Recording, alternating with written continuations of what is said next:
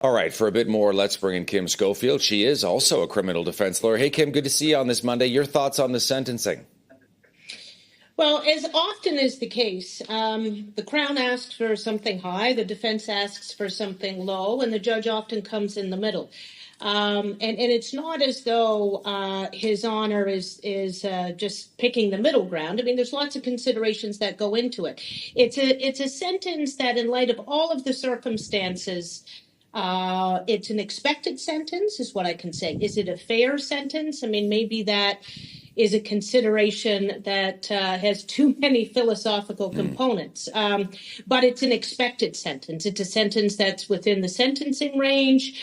It's a sentence that will have a disproportionate, I would say, effect on Mr. Nygard because of his age, and I'm not sure he'll survive the sentence, frankly. His health, we've heard repeatedly, is failing. So it may be a situation where it is a death sentence of sorts.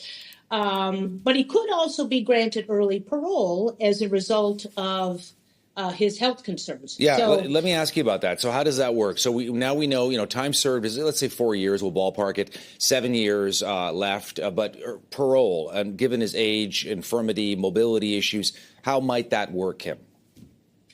So parole generally is 1/3 of a sentence. You're parole eligible for full parole, but there's other parole categories that are available. So he may be able to get some form of temporary absence if he has a stable place to stay, if he's undergoing some medical treatment that potentially cannot be facilitated in custody.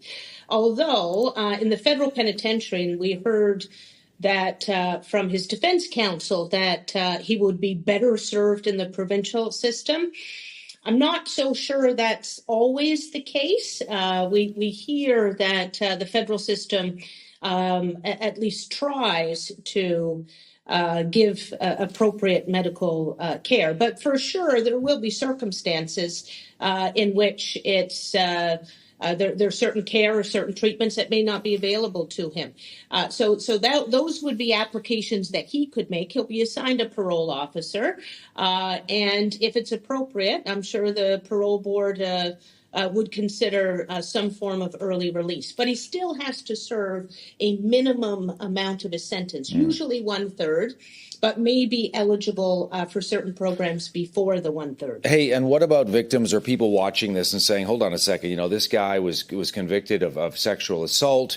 Why was it only 11 years? I mean, why? I mean, age regardless. I mean, if the guy does the crime, he should do the time, or so to speak. What would you say? Yeah, for sure. But there's a lot of other considerations. So the considerations which So we look at a sentence in totality. So keep in mind that there's a number of counts and there's a number of complainants. So it's not as though he can be sentenced for time consecutive to each.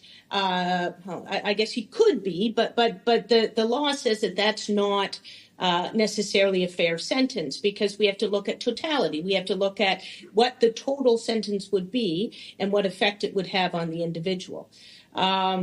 We don't sentence the same as they do in the United States, certainly. And is jail really going to help anything? Well, there's issues of general deterrence. There's not issues of specific deterrence, because I think he's very much specifically deterred.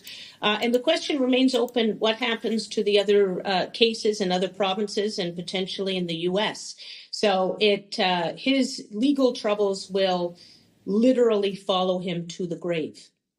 Hey, Kim, always good to see you. Appreciate you helping us make sense of this story involving Peter Nygard. We know there are also some appeals at play potentially as well over the sentencing and the verdict, so we'll be following that. All the best in the meantime.